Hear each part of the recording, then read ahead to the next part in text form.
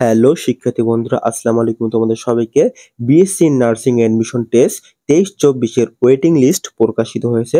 তোমরা যারা দীর্ঘ অপেক্ষায় ছিল ওয়েটিং লিস্টের জন্য, তোমাদের এই ওয়েটিং লিস্টটা প্রকাশিত হয়েছে।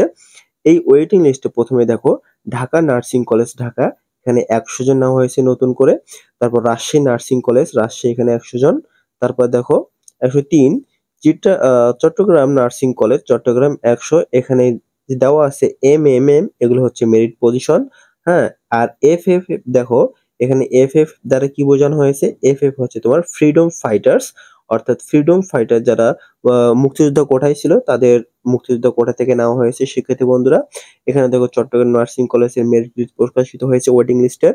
তারপর দেখো, তারপর আরো অনেক নার্সিং কলেজের ওয়েটিং লিস্ট প্রকাশিত হয়েছে। তারপর Rangpur nursing college waiting list, তারপর সিলেট নার্সিং কলেজ সিলেট, এখানে দেখো প্রত্যেকেরই নার্সিং কলেজের ওয়েটিং লিস্ট প্রকাশিত হয়েছে।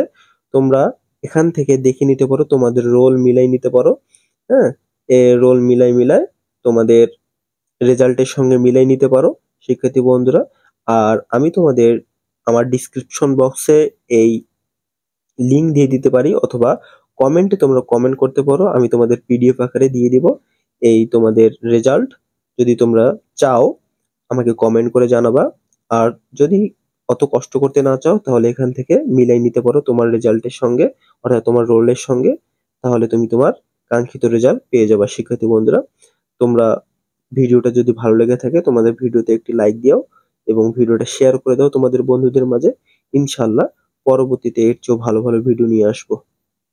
আসসালামু আলাইকুম তোমাদের সবাইকে। তোমরা সবাই ভালো থাকো এবং নিজের রেজাল্ট নিয়ে সন্তুষ্ট থাকো।